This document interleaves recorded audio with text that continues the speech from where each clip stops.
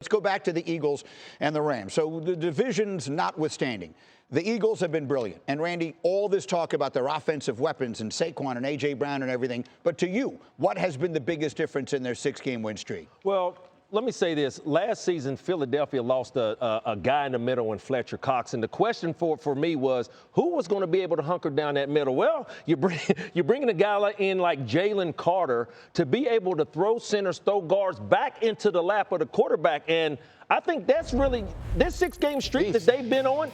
This man right here, you talking about hunkering down the middle. I don't care if it's the run game, the pass game, being able to bring some pressure. There's a reason why Josh Sweat is leading them in sacks, because they have to worry a lot about the middle. And we know about Philadelphia and them rushing the passer, being able to lead the league over the last couple of seasons in sacks. But Jalen Carter has been the reason. Brew, y'all had some the film wall talking about the secondary for the Philadelphia Eagles and how young they are. And the reason why, as long as you're getting pressure up front, flustering that quarterback, that ball's going to come out early, and that's the reason why they're having success. That's a linebacker's best friend, too. Zach Bond's back there having a great year because of he can just flow back there, keep his depth, and just tackle running backs because all those linemen are worrying about Jalen Carter in that front. Yeah, no question. Guys, I think this team is clearly the most talented team in the National Football League. I don't even think it's close. And let's give, we love to pile on Nick Sirianni. Let's face the facts. One of the best football coaches in the National Football League. Today, you get to prove it, Nick. Go out there and go against McSuperstar, all right, because McVay, everybody's greatest coach ever. Well, Sirianni ain't too dang bad. All right, I get it. He's got a little lead in his pencil. That'd be a nice fight I'd like to see in the 50-yard line. But let's talk about how dominant this 6 games has actually been, all right? I think explosive plays. In today's game, explosive plays are a big standard, I think. Philly leads the NFL over that 6-week period with 54 explosive plays. Wow. But, Alex, I thought they're just ground and pound. Well, they could still generate explosive plays in the run game and the pass game. And by the way, during that same stretch, the defense has given up 19 explosives. You're at plus 35 in explosive plays over 6 weeks.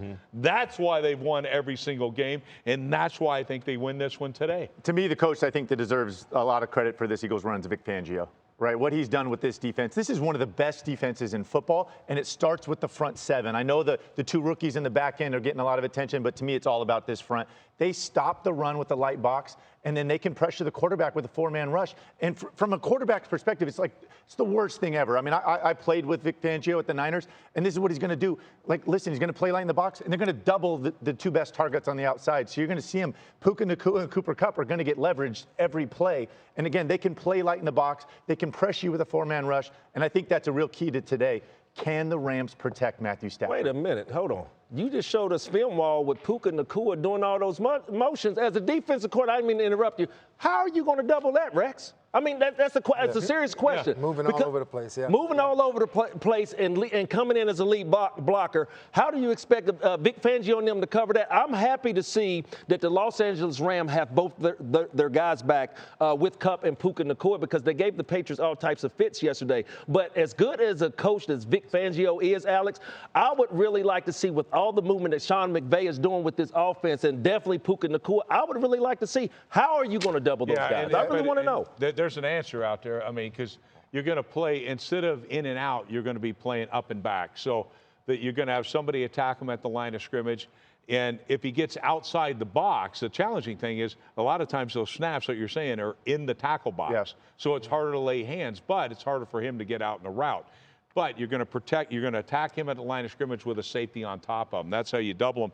But so to me, I mean, it's going to be a challenge. I think the key in this game, though, for the Rams is going to be Williams, getting Williams the ball, running into that 7-man spacing. I think that's how they can balance this game. Can we have a moment on how well Matthew Stafford is playing? I don't know that story has been told loudly enough through this NFL season. They've had a bunch of injuries. When they've been healthy, he's been as good as anybody. I think he's done an unbelievable job and is not getting enough credit. You mentioned the injuries. Listen, remember week 1, they took the Lions to overtime, right, at Detroit. Like, when this team is healthy, they're as good as it is. This is a playoff game in my mind. And again, like I mentioned this, there's NFL throws that quarterbacks are expected to make, like real serious throws. This guy does them routinely. There are 12 to 15 a game that they ask of him, and he just delivers. Like, this guy is still playing at such a high level. Watching Stafford from a defensive perspective, you fear him. Okay, he's one of the few quarterbacks I watch, and it's like, man, this guy can do it all. I mean, he's tough, accurate, and he has no fear. Yep. He has no fear in putting it. He knows where Puka and Kupp are going to be. When both of those guys are on the field, this guy, I mean, if you're talking about Jalen, okay, a quarterback that wants to take care of the ball, be deliberate, slow down, methodical, don't turn it over, this other one has no regard, and he shouldn't because he's that good. Yeah. Incredible respect for him. All right, Green Bay is 7-3, but he did throw another pick. He's thrown at least one in each of the 8 games he's played this year. And to Dan's point, not only do his 11 interceptions tie him for the most in the league, but for context, he has missed 2 games and already had his bye. So that makes that look a little bit worse. So, Alex, I come to you. You are the king of the all gas, no brakes on Jordan Love. Are we still comfortable in that dynamic? Yes, absolutely. I think we are making a whole lot about nothing. Listen, obviously some of these are learning experiences for a young quarterback. You heard Graz mention it. Still, I mean, there's only Mac Jones has made more starts than him. That's crazy. Last week, we keep showing the shot of last week on the interception in the red zone. It was an errant pass. It was a great decision. He threw it over the guy's head and gets picked. He threw 17 pass attempts for 260 yards last week. He graded out phenomenally. Throwing the ball downfield, he was 6 for 6. He had 2 touchdowns. Rex, over 15 yards of pass attempt. He'd make you even want to throw the ball if you were coaching this kid. There's no chance crazy, of that, Alex. Talented. He threw it all over the field last week, and we keep bringing up one pass. He will learn from it. This guy is your future. And again, in a division where you got to go toe-to-toe with the Lions and the Vikings, he's going to be the reason why. So keep stepping on the gas. How much learning do you think he still has to do? Because I think it's totally interesting that Graz compared him to some of the quarterbacks that have started more games, and the fact that he's been in the league so long, all right, and he's been waiting his turn. But black and white, bottom line, he hasn't started more games than a lot of other quarterbacks that have already been put on the bench. So how much more learning does he have to do? Yeah, but none of those quarterbacks went on the run that he went last year in his first year starting and going to the playoffs and hanging 45 on Dallas at their own place. You're not suggesting he should be on the bench. Let's just be clear. No, on what I'm suggesting is there is room for improvement for this guy, which I've been looking at him like he's like some veteran that he's been in the league a while and he should be playing better. But I think what Graz told me is really just sort of made me think about, this guy doesn't have the experience. This guy still is playing off the cuff sometimes, and it is going to take some time, but this is basically, we got to put him in another class. I have to, in terms of a quarterback that still has a long way to go. Yeah, I think this is such an excuse maker. I mean, the guy sat, 2 years behind Aaron Rodgers, learning how to play and all that. He's not young on age, maybe in game experience or whatever. But I mean, come on. Look, this is how he plays.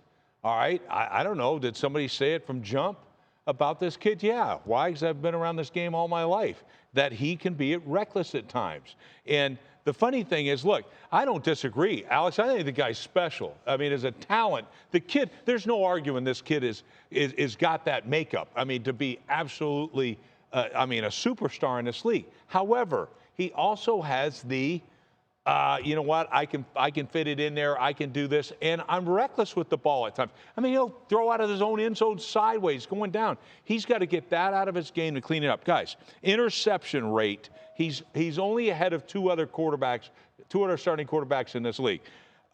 Will Levis and Anthony Richardson. Those are the only two that have thrown, have a higher interception rate than he does. So, to me, it has to clean up. One way to do it, Greeny, I got to say this. Yeah. Josh Jacobs. This is crazy. Watch this today. All right, if I'm Green Bay, run the ball. And where? Outside? No. In the middle. Josh Jacobs has 475 rushing yards through the middle this season. That's 100 more yards than any other back. Oh, and by the way, he averages 5.8 yards a carry through the middle. Like, that's what you need to do. You want to help a young quarterback? Pound that football. I know Alex, the great thing is, Alex wants to throw it all over the place. Yeah. Nobody took care of the team better than Alex did, and now he wants to wing it all over the place. You know, I'm going to get back to Alex. You were talking about the season that Jordan Love had last year, right? Yep. And to me, they made the NFC Championship? Divisional round. Divisional round, okay. So to me, the bar was set already that Jordan Love as the quarterback. So all of these interceptions that he's throwing, yeah, quarterbacks throw interceptions, but in critical moments. That's really what's been hurting the Green Bay Packers, in critical moments. So today is what the 49ers have to take advantage of, the critical moments, make it happen. Just spread the love in the right way. Yeah, last note on this. Listen, I just look at it as a glass half full kind of scenario. As bad as he's played, right, and he needs to get better at the interceptions, his QBR is identical to Jared Goff's. Rex, identical. Like, there's so much good out there, and again, he's got to fix the mistakes, but the upside is tremendous. Yeah, that's because he throws more touchdown passes than Jared Goff, because Jared's handing the ball for touchdowns all the time. All right, with his two backs, but that's why that QBR could be a little misleading. Look, it's a ridiculously premature comparison to be making, but the Green Bay Packers once upon a time had a quarterback who was ridiculously gifted and thought he could throw it in anywhere, and threw a lot of touchdowns and threw a lot of interceptions. In fact, more than any player that ever lived. Yep. His name was Brett Favre. Now, I get that we're a long way away from this kid being Brett Favre, but he's got a little Brett Favre in him. We'll see if they can sort of harness some of that stuff.